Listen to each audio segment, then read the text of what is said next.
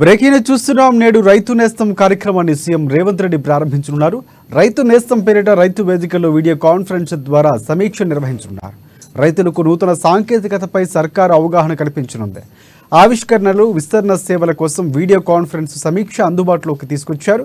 రైతు వేదికలకు video conference సిస్టమ్ను అనుసంధానం చేసే కార్యక్రమాన్ని సెక్రటేరియట్ నుంచి సీఎం రేవంత్ రెడ్డి ప్రారంభించనున్నారు. రైతుల సమస్యలకు పరిష్కారాలు, సరికొత్త వ్యూహాలపై సర్కారు దృష్టి సారించింది. ఖరీఫ్ నుంచి పంటల బీమా పథకాన్ని తిరిగి ప్రభుత్వం ప్రవేశపెట్టనుంది. మొదట ప్రతి అసెంబ్లీ నియోజకవర్గానికి 1 చొప్పున 110 రైతు వేదికల్లో వీసీ యూనిట్లను ఏర్పాటు చేశారు.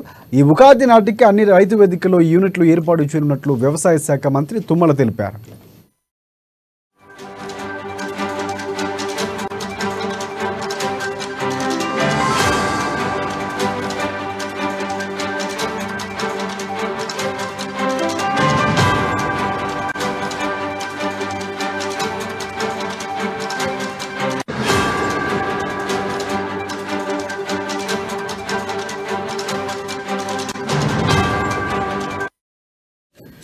బ్రేకింగ్ చూస్తున్నాం. నేడు రైతు నేస్తం కార్యక్రమాన్ని సీఎం రేవంత్ రెడ్డి ప్రారంభించనున్నారు. రైతు నేస్తం పేరిట రైతు వేదికలో వీడియో కాన్ఫరెన్స్ ద్వారా సమీక్ష నిర్వహించనున్నారు. రైతులకు నూతన సాంకేతికతపై సర్కారు అవగాహన కల్పించనుంది. ఆవిష్కరణలు, విస్తరణ సేవల కోసం వీడియో కాన్ఫరెన్స్ ద్వారా సమీక్ష అందుబాటులోకి తీసుకొచ్చారు.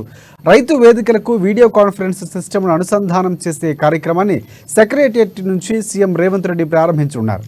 రైతుల సమస్యలకు పరిష్కారాలు, సరికొత్త వ్యూహాలపై సర్కారు దృష్టి సారించింది. ఖరీఫ్ నుంచి పంటల బీమా పథకాన్ని తిరిగి ప్రభుత్వం ప్రవేశపెట్టనుంది.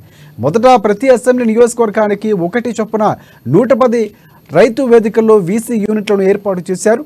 ఈ ఉగాది నాటికి అన్ని రైతు వేదికల్లో ఈ యూనిట్లను ప్రారంభం చేయబోతున్నట్లు తెలుస్తోంది. ఇక ఈ విషయాన్ని వ్యవసాయ శాఖ మంత్రి తుమ్మల నాగేశ్వరరావు చెప్పారు.